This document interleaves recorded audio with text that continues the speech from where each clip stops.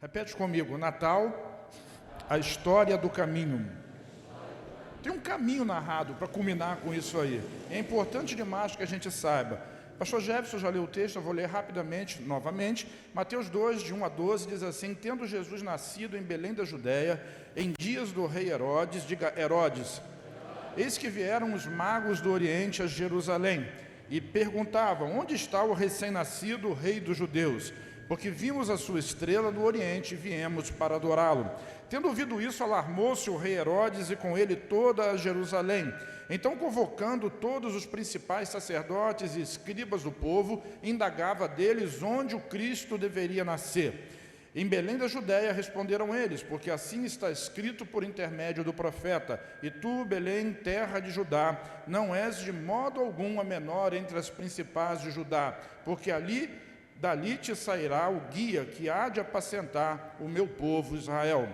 Com isso, Herodes, tendo chamado secretamente os magos, inquiriu deles com precisão quanto ao tempo em que a estrela aparecera. E enviando-os a Belém, disse-lhes: Ide, informai-vos cuidadosamente a respeito do menino, e quando o tiveres encontrado, avisai-me, para que eu também vá e o adore. Depois de ouvirem o rei, partiram. E eis que a estrela que viram no Oriente os precedia, até que chegando parou sobre onde estava o menino. E vendo eles a estrela, alegraram-se, diga alegraram-se, com grande e intenso júbilo. Entrando na casa, viram o menino com Maria, sua mãe, prostrando-se o adoraram, e abrindo os seus tesouros, entregaram-lhe suas ofertas, ouro, incenso e mirra.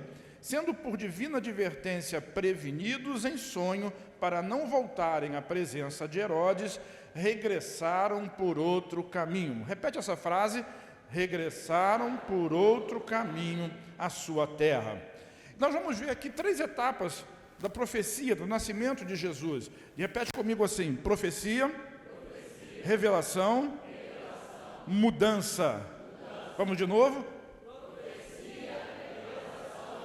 E mudança. Normalmente no mês de dezembro, as pessoas dizem por aí que as famílias ficam mais fraternas, as pessoas ficam mais bondosas por causa do tal chamado espírito do Natal. Mas nós sabemos que o Natal ele foi muito deturpado, também não vou me delongar, e transformaram o nascimento de Jesus, que não foi em dezembro, em coisas dividindo a sua atenção, como o Papai Noel, gnomos, renas e outras coisas que são simplesmente pagãs, vindas aí do paganismo. Tem toda a história para quem quiser entender. Mas é fundamental que cada um de nós saiba o verdadeiro significado do Natal. Então, para nós, os cristãos, os crentes, o nascimento de Jesus, ele é parte fundamental da nossa fé.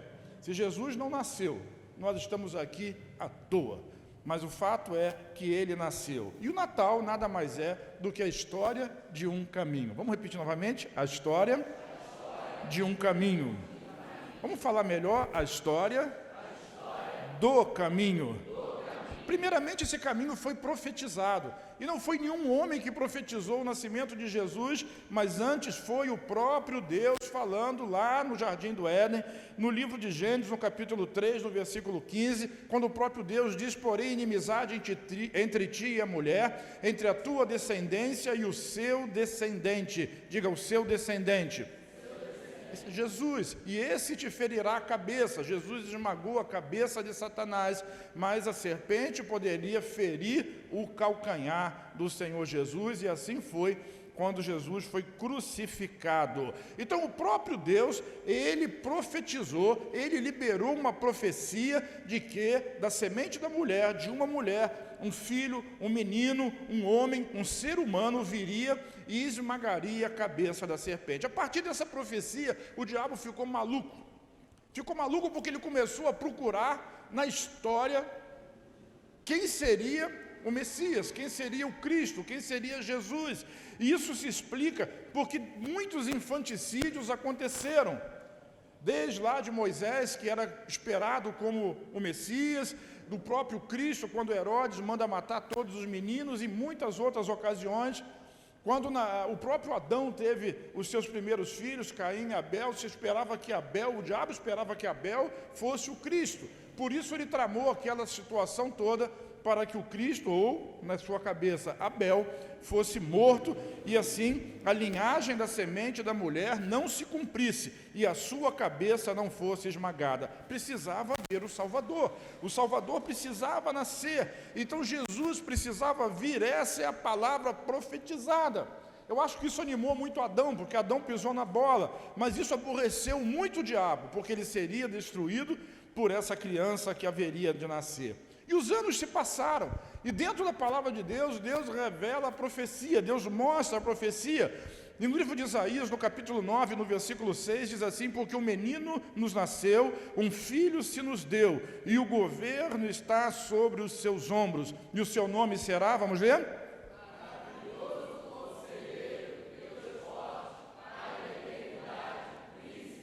Esse é o Senhor Jesus, maravilhoso conselheiro, Deus forte, Pai da eternidade e príncipe da paz. Então assim, os descendentes de Adão, quando ouviam essa profecia, eles ficavam perguntando: será que já nasceu? Quando vai acontecer? Quem será esse menino? Onde estará ele? Diga, havia expectativa.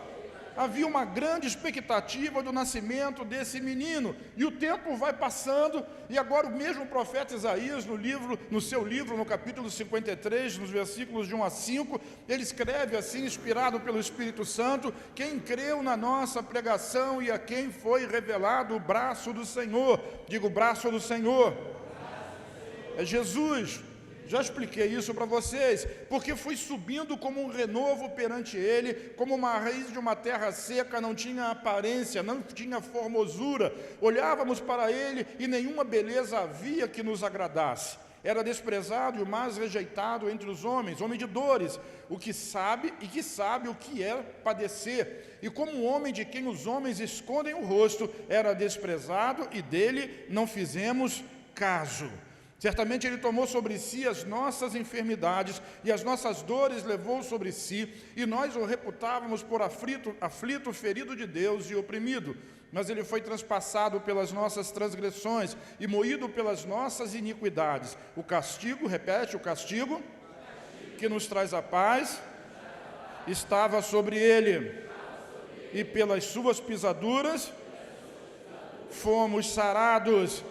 Agora a profecia já não fala de um bebê que nasceria, agora ela já fala de um homem que é o servo sofredor, aquele que levaria os nossos pecados e todas as consequências dele, incluindo as enfermidades, a pobreza e a falta de paz no coração do homem. E as pessoas ficavam: quando nós vamos ver? Vocês viram o pastor no filme, quando vai acontecer? O Messias vai vir? Essa expectativa era comum no meio daqueles que criam na profecia, no tempo que antecedeu o nascimento de Jesus. Onde estaria esse menino? Será que ele já estaria entre nós? E assim, muitas pessoas me fazem a pergunta: pastor, como é que a pessoa era salva no Antigo Testamento, já que Jesus não tinha vindo? Da mesma maneira que nós temos a convicção de que seremos arrebatados, mas ainda não aconteceu.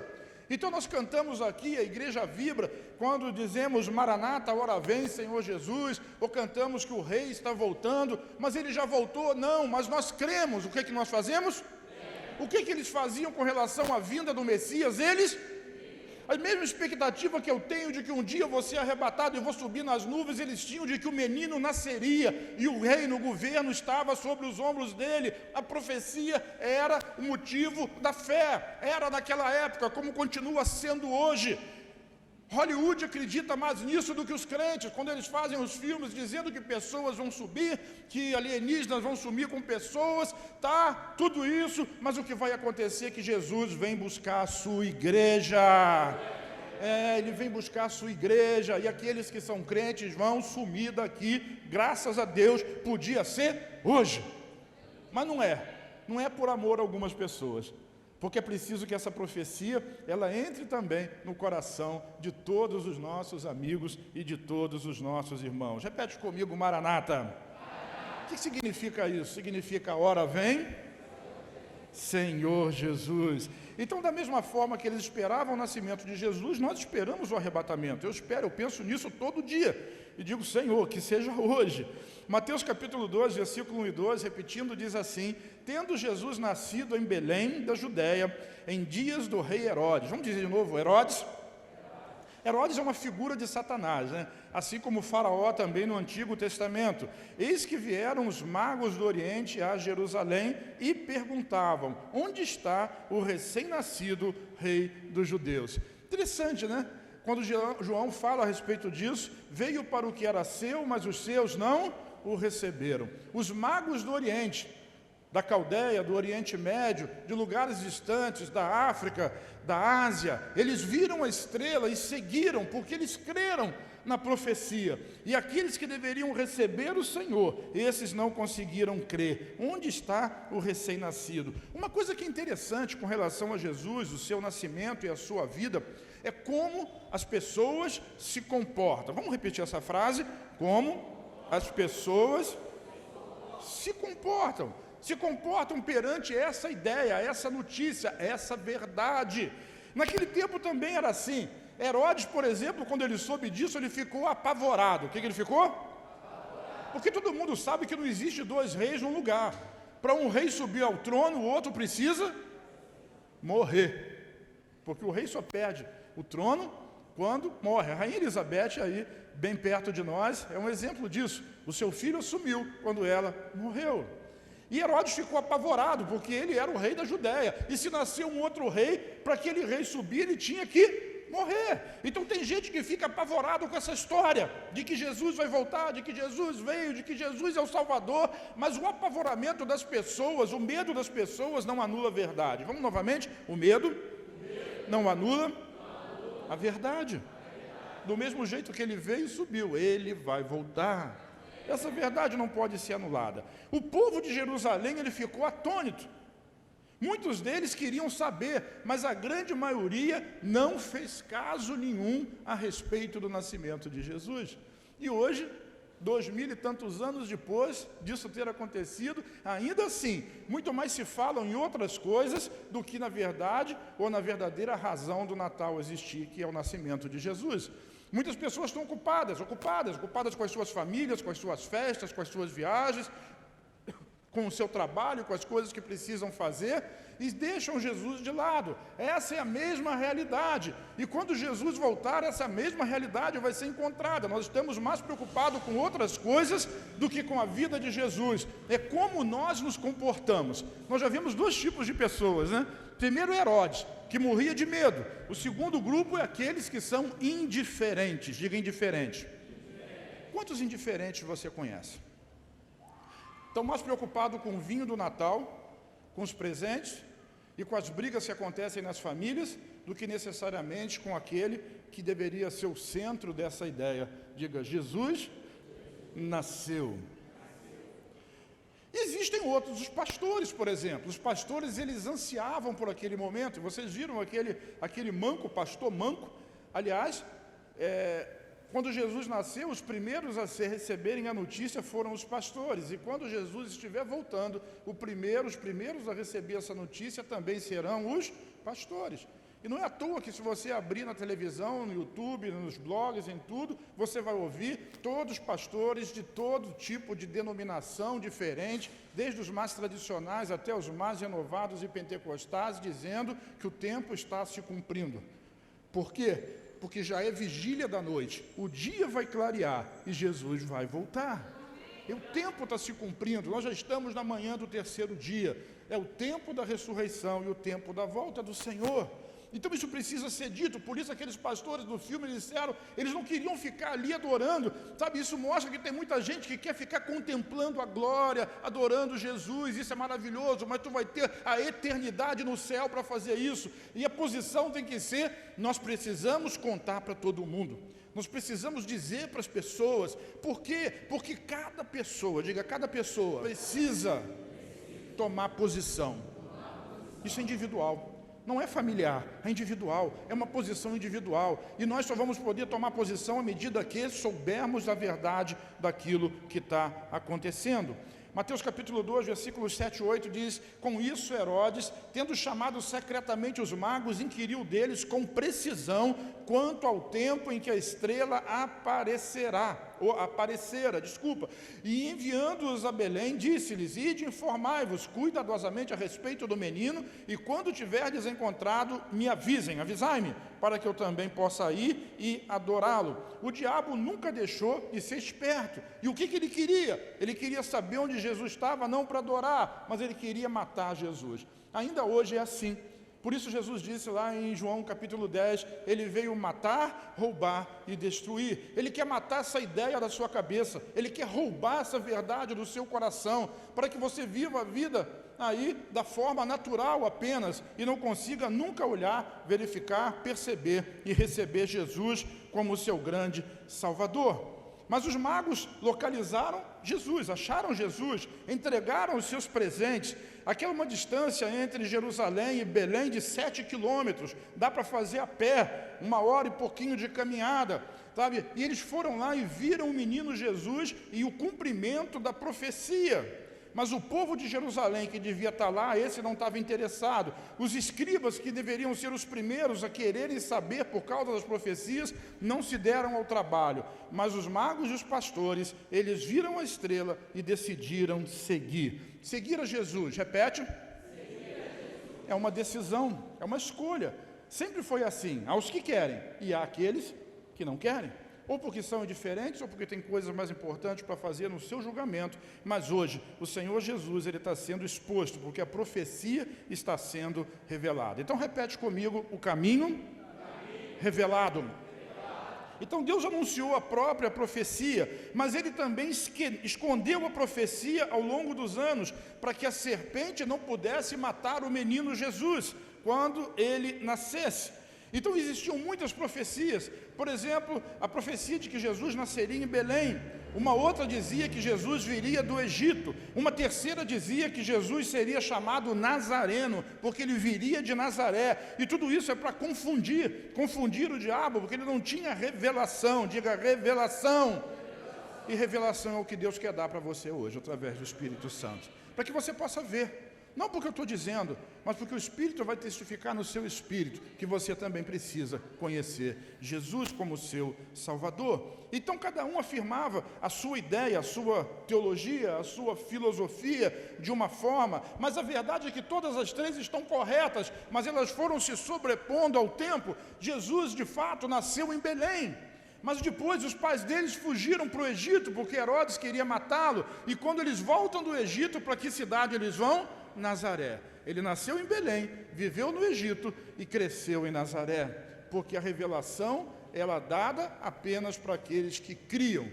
E os filhos do diabo, esses nunca tiveram a revelação da verdade de onde Jesus estava.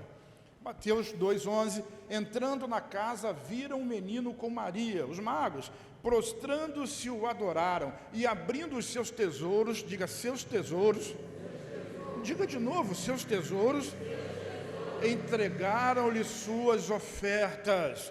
Eles andaram quilômetros, milhas, saíram de países distantes, tudo isso apenas para ofertar ao rei. Pastor Jefferson já ensinou para vocês, o rei recebia ouro, mas a divindade recebia incenso. Incenso é oração, é adoração. O rei também era Deus, mas também era homem, por isso ele recebeu mirra. O ouro representava o poder de um rei, e ele recebeu a oferta de ouro, ele recebeu a oferta de incenso, e só Deus pode receber as nossas orações e o incenso, mas ele também recebeu a mirra, que significa que era o perfume que era usado no sepultamento, porque ele seria homem, ele sofreria e ele morreria pelos nossos pecados. Os reis magos entenderam isso e entregaram as suas ofertas. Pergunta para quem está do seu lado hoje: o que você trouxe para Jesus?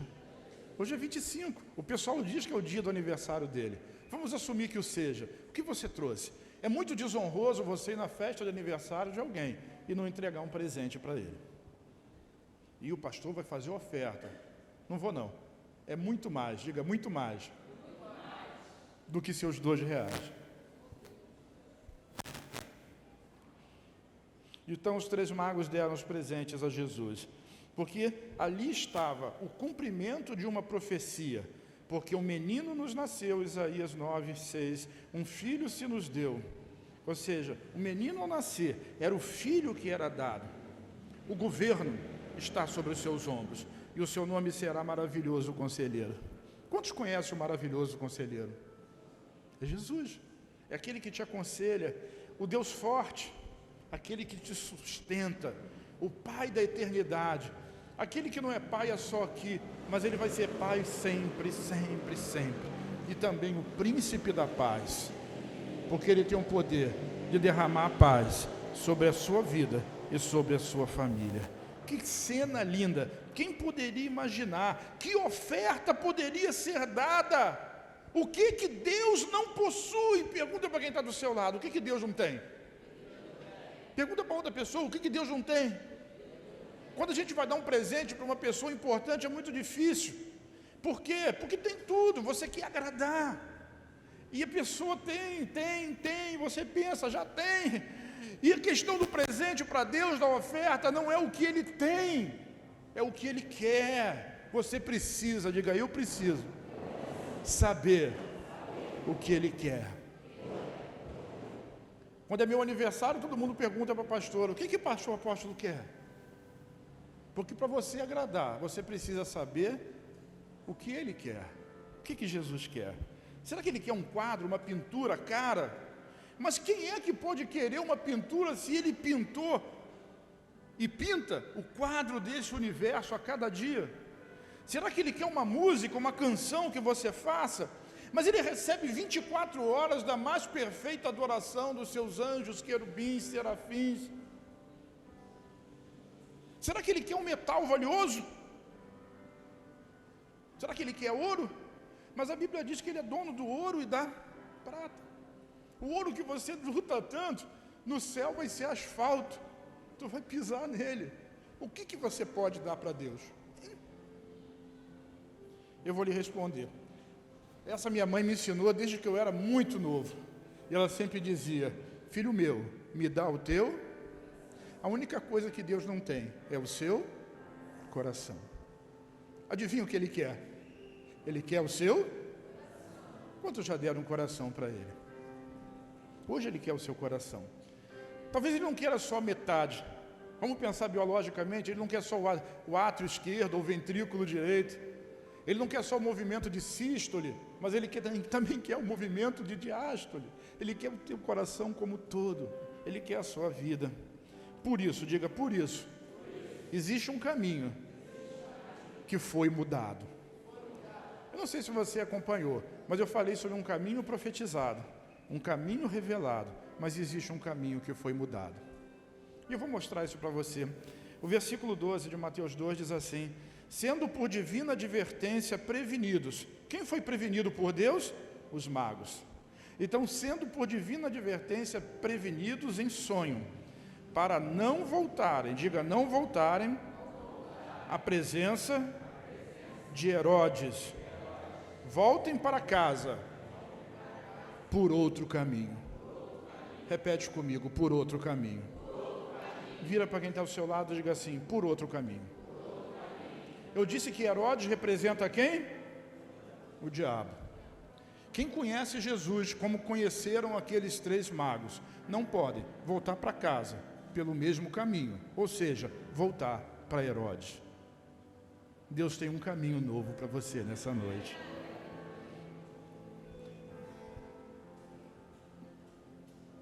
Sabe, o reino de Deus é diferente daquilo que a gente pensa. A vida de Deus é diferente daquilo que a gente pensa e daquilo que a gente está acostumado.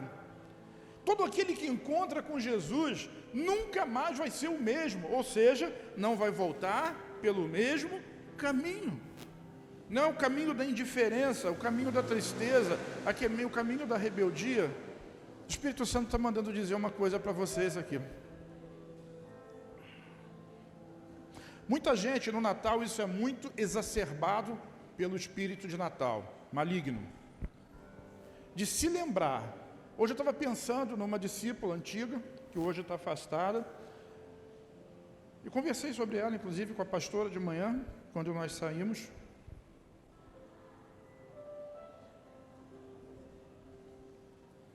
e o Espírito Santo me disse assim, essa pessoa magoou tanto a gente, né? Magoou tanto o coração da gente. O coração de pastor fica magoado. Mas o Espírito Santo ministrou para mim e disse assim, é porque ela perdeu. E a mágoa dela não é direcionada a você, mas a mim. Porque ela acreditava que eu podia salvar. E ela acha que eu não fiz. E ela está magoada comigo.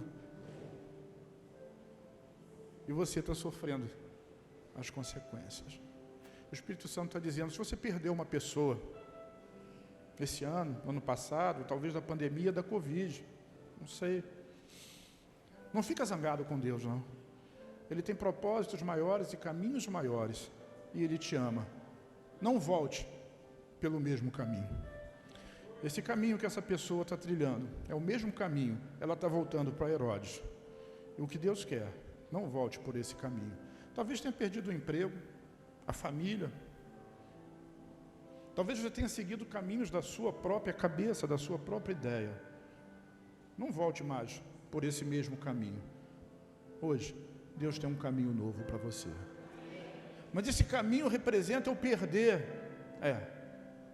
Às vezes é perdendo que a gente ganha.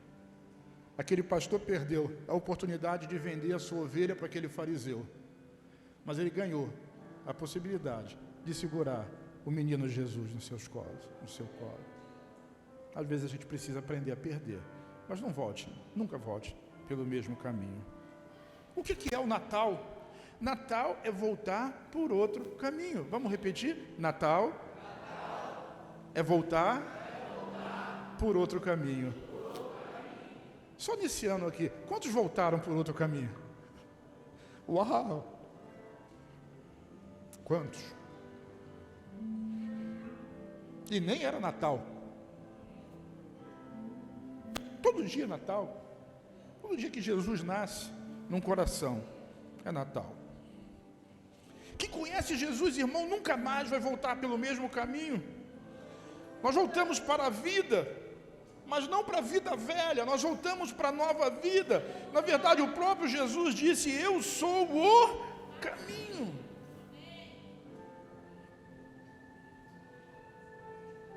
Quem veio de Herodes para Cristo, e você hoje pode ter vindo de Herodes, mas você está diante de Jesus, você não pode voltar. Vira para quem está ao seu lado, não volte para o mesmo caminho. Deus tem algo novo para você, para você, para você, para você, para você, para você, para você, para você, para você, para você, para mim.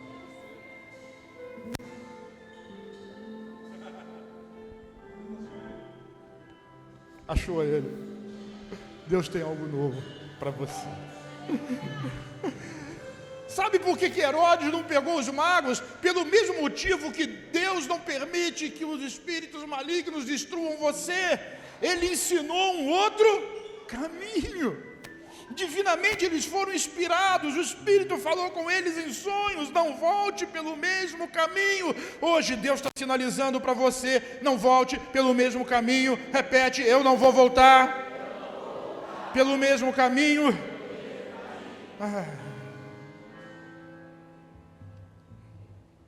Só existem duas possibilidades aqui. Preste muita atenção, porque eu já vou terminar. Duas possibilidades. Só duas, não tem três. Ou você está entre aqueles que precisam encontrar Jesus para voltar para casa por um novo caminho. Esse pode ser o seu caso, é uma das possibilidades. Talvez você não tenha ainda conhecido Jesus dessa forma, mas hoje o Espírito Santo, o que é o Espírito Santo falar ao meu coração? É essa intuição, é isso que você está sentindo aí dentro de você, na sua mente, é a convicção, é a testificação de que isso é verdade. E aquilo lá fora é mentira. Eu só estou contando a notícia, mas quem está testificando é o Espírito Santo. E você já começou a conhecer ele. Esse é um grupo de pessoas que está aqui. O segundo grupo, não existe o terceiro. Ou você está entre aqueles que precisam receber Jesus e conhecer Jesus, ou você está entre aqueles que precisam ser Diga ser. Qual a diferença de ter para ser? Ser é viver, é experimentar. Ser é muito mais do que possuir. Essa caneca, eu posso tê-la, mas ela é uma caneca, ela tem uma responsabilidade, que é carregar água.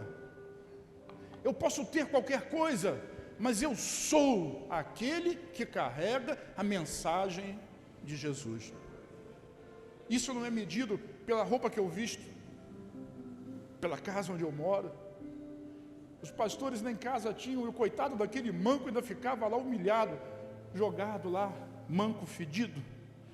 Ou você está entre aqueles que precisam receber Jesus, ou você está entre aqueles que precisam ser uma prática sinalizadora, indicando o caminho a todos os que estão perdidos e sem direção.